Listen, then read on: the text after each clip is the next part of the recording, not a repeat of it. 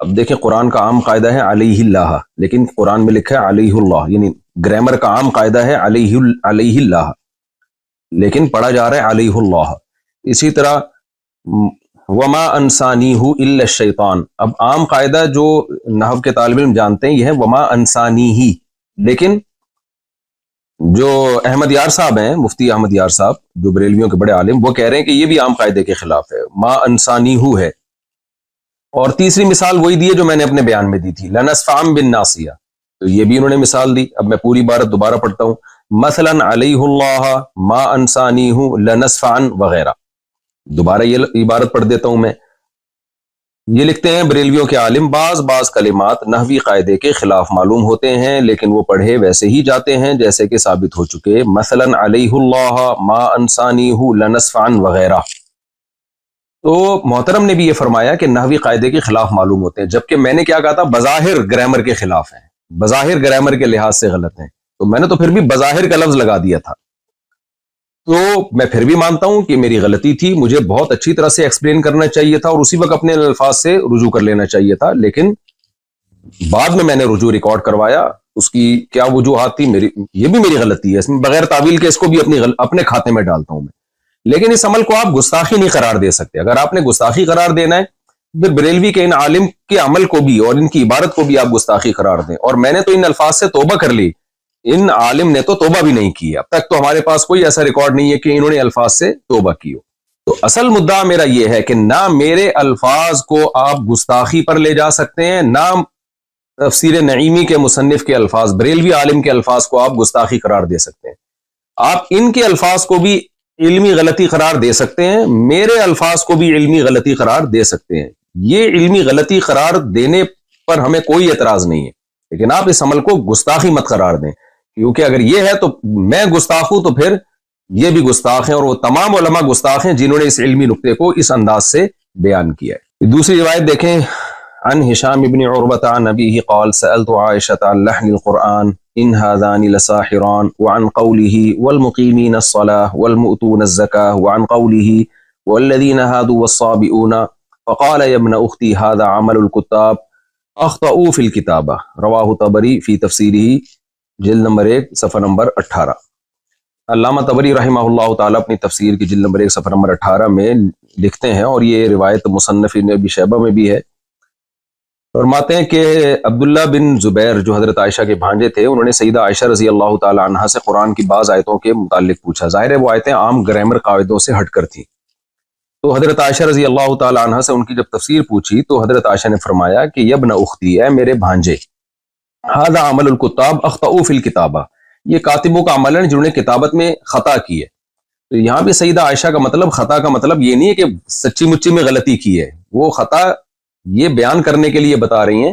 کہ یہ جو عام قاعدے جو گرامر کے اصول کیے گئے ہیں، یہ عام قاعدوں سے ہٹ کر انہوں نے اس کو لکھا ہے، جمہور حضرات نے یہی مفہوم بیان کیا ہے اس کا۔ تو یہاں بھی میں یہ کہوں گا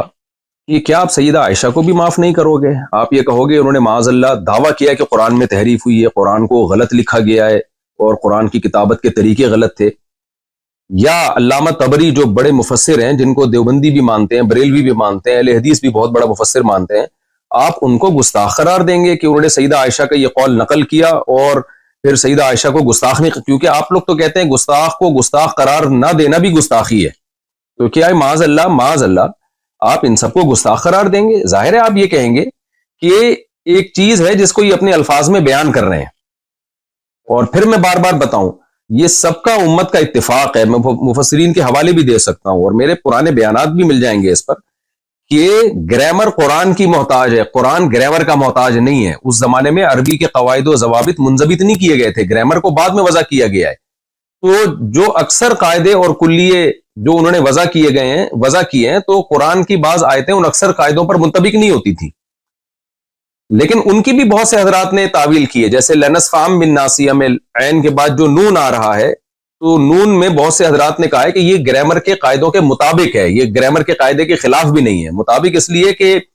یہ جو نون تاکید ہے نا، اس کو الف کے ساتھ بھی لکھا جاتا ہے، اس کی کچھ مثالیں بھی دی ہیں، تو یہ دونوں اقوال علماء میں پہلے سے چل رہے ہیں۔ کسی نے کہا کہ بعد میں جو قواعد و ضوابط وضع کیے گئے، بہت ساری چیزیں اس قاعدے پہ منطبق نہیں بیٹھتی، تو کوئی بات نہیں، اس سے قرآن کا غلط ہونا ثابت نہیں ہوتا، وجہ اس کی گرامر تو بعد میں آئی ہے۔ اور بعض نے کہا نہیں بھائی، گرامر جو اس دور میں گرامر تھی جو اصل ہے اس کے پہ شواہد بھی پیش کیے، انہوں نے دلائل بھی پیش کیے کہ اس کے مطابق یہ گرامر کے بھی عین مطابق ہے۔ تو یہ شروع سے اختلاف چلا آ رہا ہے اور یہ سب کی تعبیرات ہیں۔ ابھی تو میرا مدعا صرف یہ ثابت کرنا ہے کہ اگر مجھ سے الفاظ میں غلطی ہوئی ہے اور آپ اس کو گستاخی قرار دے رہے ہیں، جبکہ میں ان الفاظ سے غلطی سے بار بار رجوع بھی کر چکا ہوں، تو کیا آپ ان بڑے بڑے حضرات کو بھی معاذ اللہ نقل کفر گستاخ قرار دیں گے؟ تو ہمیں اس طرز عمل پہ غور کر لینا چاہیے۔ اب ہم آتے ہیں دوسرے مسئلے کی طرف، لفظ امی کی طرف۔ اس پر بھی مجھ پہ بہت زیادہ گستاخیوں کے فتوے لگ رہے ہیں کہ میں نے رسول اللہ صلی اللہ علیہ وسلم کے بارے میں یہ کہا ہے کہ آپ لکھنا پڑھنا نہیں جانتے تھے، اور کہا گیا ہے کہ یہ بھی گستاخی کی ہے۔ بعض لوگوں نے تو یہ کہہ دیا کہ میں نے نبی کو ان پڑھ کہا ہے، حالانکہ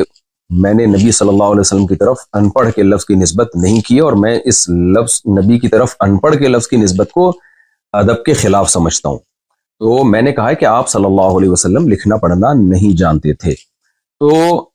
بعض حضرات نے یہ کہا ہے کہ نبی صلی اللہ علیہ وسلم جو تھے کسی انسان سے آپ نے نہیں سیکھا، اللہ نے آپ کو لکھنا پڑھنا سکھایا ہے۔ تو اس لیے میں نے جو یہ کہا کہ آپ لکھنا پڑھنا نہیں جانتے تھے، گویا یہ میں نے معاذ اللہ نقل کفر نبی کی گستاخی کی ہے، کیونکہ اللہ نے آپ کو لکھنا پڑھنا سکھایا تھا۔ تو دیکھیے یہاں بھی میں آپ سے عرض کروں گا، اگر آپ کی یہ رائے یہ ہے کہ اللہ نے نبی کو لکھنا پڑھنا سکھا دیا تھا، اور ہماری رائے یہ ہے کہ اللہ نے نبی کو لکھنا پڑھنا نہیں سکھایا تھا، یعنی جب تک آپ صلی اللہ علیہ وسلم دنیا میں رہے، آپ صلی اللہ علیہ وسلم امی ہی رہے، اس معنی میں کہ آپ نہ لکھنا جانتے تھے نہ پڑھنا جانتے تھے۔ تو اگر ہماری یہ رائے کا آپ سے اختلاف ہے تو اس کو ایک علمی اختلاف کہا جائے گا، اس کو بھی گستاخی نہیں کہہ سکتے۔